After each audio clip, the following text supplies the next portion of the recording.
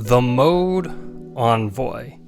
This is a keyboard that I have been wanting to build ever since they announced the pre-orders. And so as soon as the pre-orders came out, I decided to buy one. Now, I didn't buy it for myself because I already have two 65% keyboards, and right now I just don't really need another one.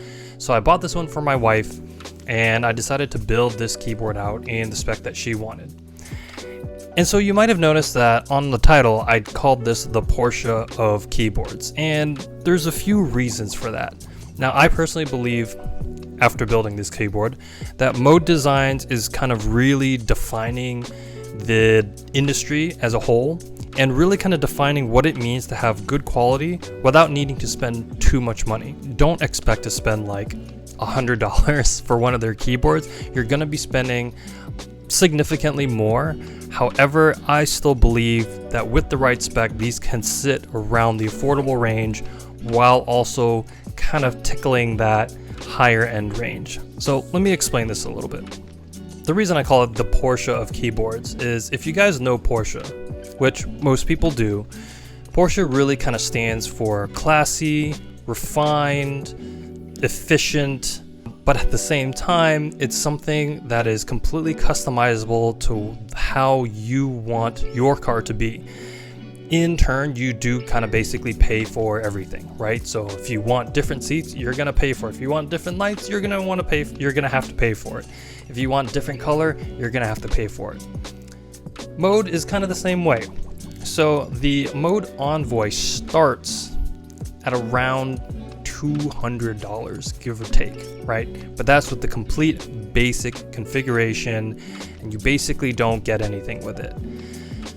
Now, if you wanted to start adding stuff like a different plate, or if you wanted a foam kit, right? Or even if you wanted stabilizers, because this kit doesn't actually come with stabilizers. If you want a cable, this kit does not come with a cable. So I'm going to preface this for those of you who are looking to buy a Mode keyboard. You will need to buy the cable separately, which they do offer on their website, as well as the stabilizers. That I did not know initially. Basically, you have to pay for everything, so just like a Porsche. But like the Porsche, the Mode keyboard and the Mode Envoy specifically is really, really nice. The aluminum case, oh my god, it's so nice. It feels so solid, and I love their unibody design. I love the fact that you don't have to screw two pieces of metal together, right? Because this makes it so we don't have to do something like the force brake mod. And it's gorgeous. I love the accents on it. Let's just get into the build and let's take a look at this keyboard because it's amazing, right? So just like all of the other keyboards that we've been building, Mode comes with a case, right? And in this case, we have quite a few things, right? So on the bottom, we have the keyboard case itself, and then underneath we have the weight and the accent.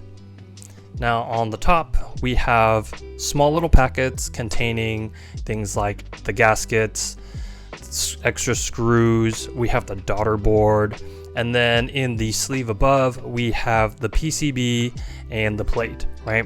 So for this build, we decided to go with a palm plate. They don't offer polycarbonate, at least not for the Mode Envoy. And I've never built a palm plate before, so I thought this was going to be a pretty interesting experiment just to see what it sounds like. What we decided to do first is I decided to build out the case first, right? Because I wanted to put the weights on and everything. So it's just a really interesting way that they've added the external weight here, because I'm sure you guys have seen a lot of other review videos, but this is also where the top feet go. So it's like these little rubber like things with like dimples on it, and you stick it through the the external weight, and then you just screw it on with three screws onto the case. And so it's a really cool way of kind of like combining the external weight with the feet. This also means that the top feet just won't ever accidentally get peeled off. Now, I can't say the same about the bottom feet. They are something that you have to just stick on with adhesive. I don't really know how strong the adhesive is. So far, the feet haven't fallen off, but I can kind of definitely see in the future they might get rubbed off by accident, which is why you have the case. After putting all that on, we're just going to screw in the accent. Now, here's a really cool thing. We decided to go with the walnut, I believe, accent for the keyboard, which I think is absolutely gorgeous. I think it works really, really well with this white color for the case that we decided to choose. And it's gorgeous. I like having real wood, and this is actually real wood, right? It's not like a vinyl sticker on metal or anything. It's actually a real wood piece, so you have to be a little bit careful if you decide to go with this one. You don't want to screw it too hard. You could actually like crack it, and you don't want that to happen. But that, yeah, it's real wood, and it looks gorgeous, and it screws right into the back, and I love this little accent piece, and it really kind of like makes the whole keyboard design for me. And after doing that, we have these little, we're gonna install the little gaskets things. I guess these are like the mounting blocks. I think they call them mounting blocks. Now these are 3D printed lattice blocks, which basically pretty squishy and offer really unique bouncy typing feel to them. So they're not as flexible in the middle as, let's say, gasket mounts are, but they're definitely really bouncy, and I really like that about this. Now they do give you two different types. They give you this really, really squishy one, and then they give you a solid one in case you want something a little bit firm. So that's really cool. And the cool thing is you can actually mix and match, which is a little bit different than a lot of other keyboard designs. You can't necessarily mix and match your mounting styles, but this one you can. So if you want more stability in the corners, you can put the solid lattice blocks there, and if you want more squishy in the middle, then you can put the squishy ones there. So I think that's really, really cool. But for this, we just went with squishy all around. And as I said before, they don't offer, or this kit does not come with stabilizers. So we're using owl stabs because, as I said before, I really like owl stabs. I think owl stabs are a really good stabilizer. They're my favorite one thus far, and yeah, we're just gonna use them here. And again, we're not gonna do too much, like just simple lube, you know, nothing crazy. Yeah, that's about it. Now we are going to be doing a full foam build with this one. My wife really likes that thocky tone, so we're going with the full foam kit. So PE foam, and then right on top of that we're doing the stabilizers, and then the plate foam, and then the palm plate on top of that. Now the switches we decided to use, we got these from lubed.com. These are the cotton candy switches. They're a very, very light tactile switch. They come not lubed from the factory, so we had to hand lube these ourselves, and we did this a long time ago, but they're really, really nice. I actually really, really like these switches a lot. So we're throwing these onto the board. And then for keycaps, we are using this cool Kuromi set that we found on Etsy. She really liked the color scheme. I think it really goes well with the white, and she really likes these profile too. These are MOA profile with PBT, so we know we're going to get this really nice deep thocky sound. So really, really looking forward to how that sounds. Now the thing about mounting this keyboard is you basically just put everything together, and then you slide the case in. After you clip it in, obviously, to the daughter board, you kind of slide it in bottom and then to top, kind of lay it down there, and then there's these two mounting screws. Now you're not supposed to tighten these down that much at all, and they're pretty firm once you even give it one turn, right? So there's not like a bunch of loose turns and then you get it a little tight. It's like it's pretty firm as soon as you turn it once.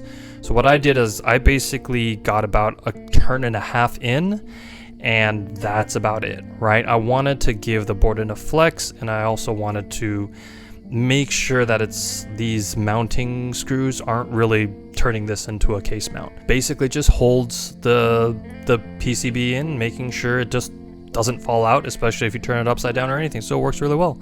And then we put on the keycaps, and here's how it sounds.